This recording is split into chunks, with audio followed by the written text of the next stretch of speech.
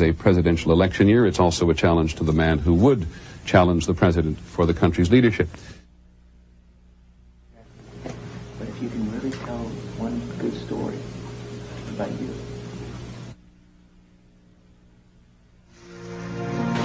So to speak.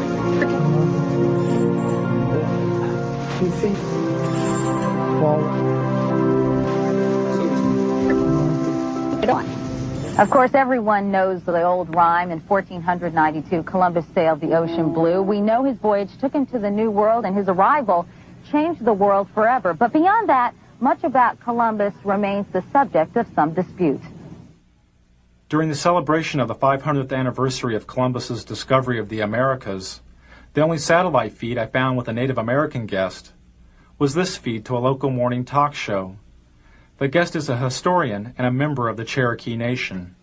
As you said, he presided over death of 250,000 people. No, that wasn't at his own hand. That was others who followed him and disease and that sort of thing. But he couldn't control. No, I'm talking about like his first 2 years here, 250,000. It's pretty well documented. He took his interpreters. He took his guides as slaves. He chopped off the hands of anyone over 14, any male over 14 who couldn't bring him gold. He took women as sex slaves for his men. Dr. Mattei, I want to thank you very much for coming by. Thanks for spending some time with us this morning on the Good Morning Show. You're welcome. That was brief. Okay. Hopefully painless, sir. The painful lessons of Columbus's past were never mentioned as the networks debated his legacy. Interesting debate. I'm not sure we settled it this morning, but we appreciate trying. That's true. Thank you both. Thank you. And we'll be back with more of our special edition of Today on Governor's Island right after this.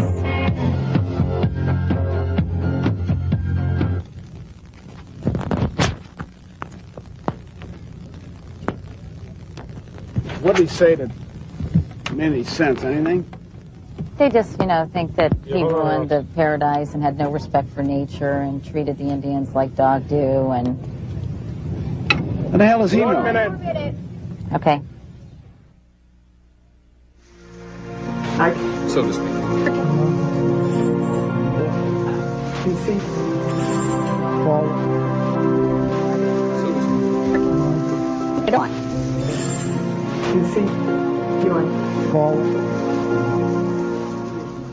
I think I'm pregnant. The woman on the screen is Murphy Brown, a fictional TV sitcom character. Doesn't help matters when primetime TV has Murphy Brown. He is talking about you. Epitomizes today's intelligent, highly paid... Vice President Dan Quayle blamed the LA riots on its citizens' lack of family values, instilled in part by the Murphy Brown TV character. He said it was not economic poverty, but rather a poverty of values promoted by the Brown character, which caused the burning of L.A. Highly paid professional woman, mocking the importance of fathers by bearing a child alone and calling it just another lifestyle choice. Politicizing sexuality was not new to Washington. I'm an executive producer. I'll just executive produce this baby. Sexual politics helped Ronald Reagan reach the White House and gave birth to the new religious right.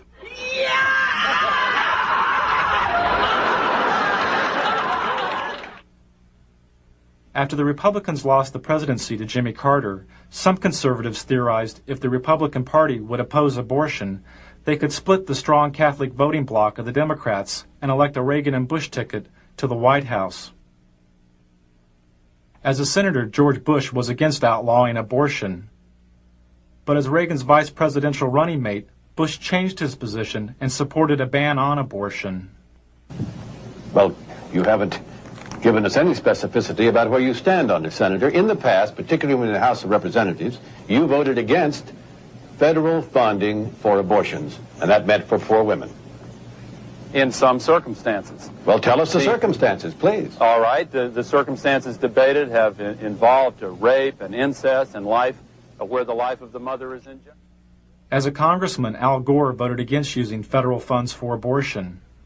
But as a vice presidential candidate, he changed his position and supported using federal funds for abortion as part of the Clinton health care plan.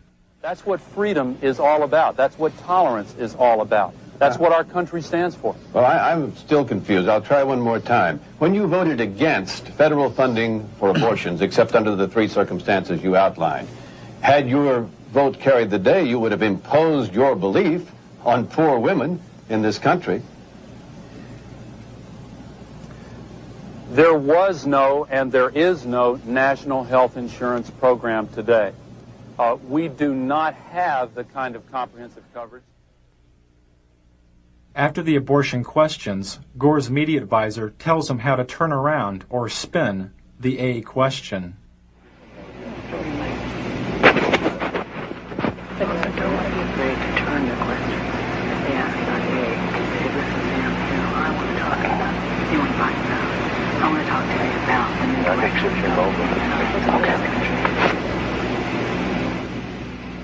Okay. And the president of the Christian Broadcasting Network, Mr. Pat Robertson. The 1992 Republican National Platform called for a complete ban on abortion. Nearly 30% of the platform committee was controlled by the Christian Coalition and its president, Pat Robertson. The goal of Robertson's Christian Coalition is to gain working control of the Republican Party by 1996. I have 2 television networks. I have 3 radio news networks. I'm starting Standard News. I have 50 reporters right now working for me that are very fine. Robertson's reporters work for his Christian Broadcasting Network, or CBN. Through the 700 Club, CBN News reports reach over 43 million homes in the U.S. Operation Rescue has targeted 5 abortion clinics in Buffalo for a minimum of 2 weeks of activities aimed at shutting the facilities down. In 1992, Operation Rescue was a top news story for CBN. A battle both sides vow to win. Andrea Francis, CBN News.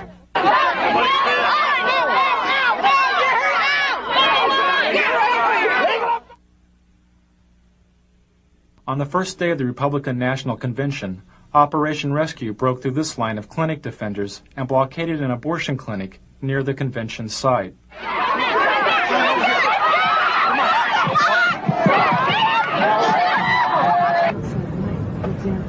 That same day, Robertson had this discussion with a CBN staff person. I have sent word to keep that Operation Rescue. I don't want one word on this program that's going about Operation Rescue. Well, we're not. We're not. I don't want to cover it. I don't want to talk about it. And I want you to hear it. That same morning, Republicans who supported women's right to choose an abortion held a rally in Houston led by Ann Stone. And Stone, that much right there. I mean, we felt like we should cover it as in. Don't cover anything about the abortion debate any longer. It doesn't matter. They passed the platform. Yeah. You need to get cameras covering our rally, our God. Oh, we're there. We're going to be there. And does it start? And then you need cameras it's crunch time for President George Bush or me sitting in the vice president's spot. Various things. But you can have the spot. Both. Okay. 5 minutes before. But I believe in objective news. I believe in balanced news. I don't want to slant the news. I just want to tell it like it is. How many camera crews do we have? We have 2 here. You get 2 reporters, and you stick those cameras in face anybody you want to, and start asking questions. Hey, Luke. Ask them tough questions. Let them know right now we haven't seen you. I mean, get out there. Don't even say who you're from. He doesn't show them. We'll just go from the. What do you think is the president of Texas? You think this thing like Persian Gulf, it might be a military gimmick? You think that's an election? I mean, and then Pat will discuss with them. You know what I'm saying? I mean, and camera right in their face. Go up and ask you a question. Boom. We'll do it. We'll do it. We play hardball.